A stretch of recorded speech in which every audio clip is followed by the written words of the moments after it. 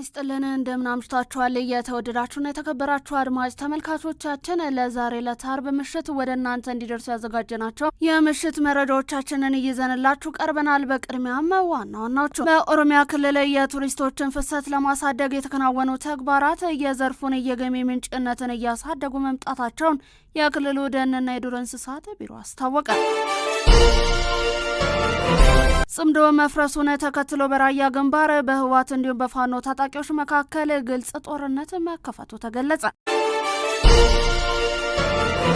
የአሜሪካው ፕሬዝዳንት ዶናልድ ትራምፕ ያቋቋሙት የሰላም ቦርድ ከፍተኛ ባለስልጣን እስራኤል በጋዛ የምትፈጽመውን የአየር ጥቃት እንዲሁም የፍልስጤም ታጣቂ ቡድን ሐማስ የሚወስደውን እርምጃ ተቹ። እነዚህ ለዛሬ ምሽት ወደ እናንተ እንዲደርሱ ያዘጋጀናቸው መረጃዎቻችን መካከል ዋና ዋናዎቹ ናቸው። በዝርዝር ወደ ምናያቸው እናልፋለን። በኦሮሚያ ክልል የቱሪስቶችን ፍሰት ለማሳደግ የተከናወኑ ተግባራት የዘርፉን የገቢ ምንጭነትን እያሳደጉ መምጣታቸውን የክልሉ ደንና የዱር እንስሳት ቢሮ አስታወቀ።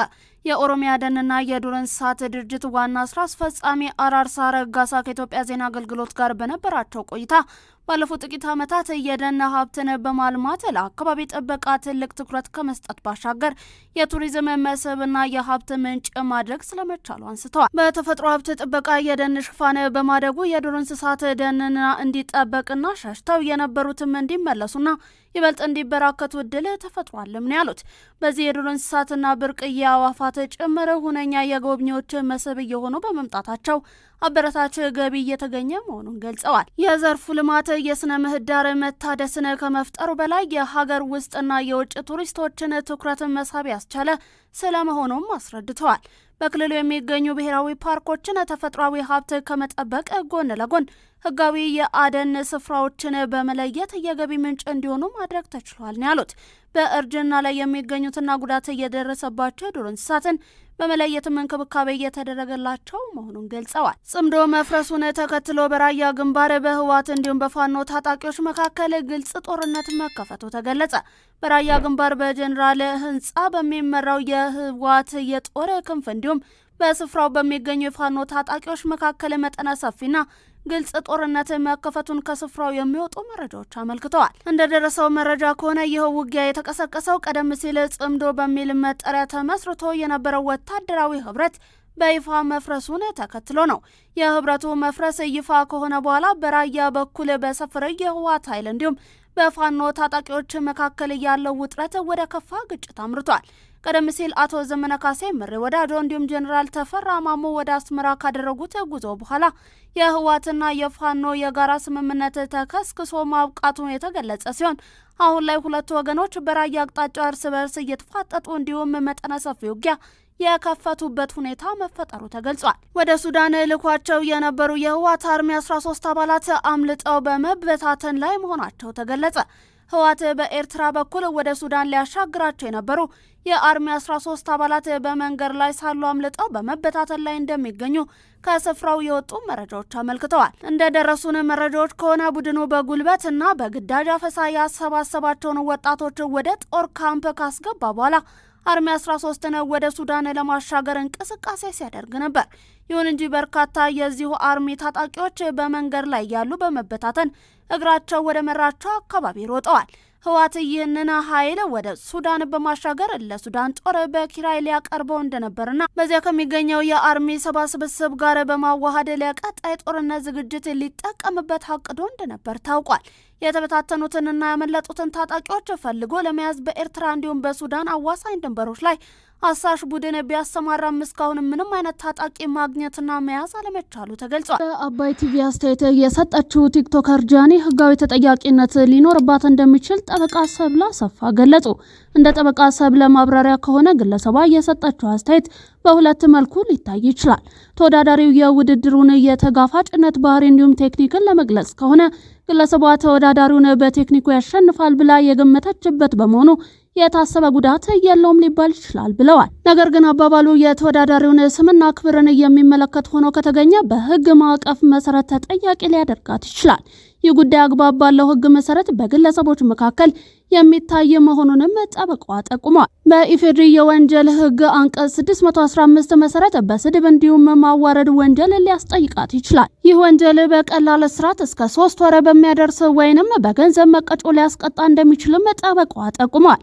ተጎጂው ወገን ጉዳዩን ወደ ሕግ ከወሰደው ግለሰቧ በይፋ ይቅርታ በመጠየቅ ጉዳዩን ማስተካከል የምትችል ሲሆን ተወዳዳሪው ሴዶም በተመሳሳይ ደረጃ ምላሽ የሰጠ ከሆነ ፍርድ ቤቶች ይህንን ከግምት ውስጥ በማስገባት የተጠያቂነት ደረጃውን ሊያቃልል እንደሚችል ተገልጿል። ጠበቃ ሰብለ አሰፋ አክለውም ከፍተኛ ተጽዕኖ ፈጣሪ የሆኑ አካላት በማህበራዊ ሚዲያም ሆነ በዋና ዋና መገናኛ ብዙሃን የሚናገሯቸው ንግግሮች በጥንቃቄ ሊያደርጉ እንደሚገባም አሳስበዋል። ከውጭ የዜና ምንጮች ወደ ያዝናቸው መረጃዎቻችን አለፉ።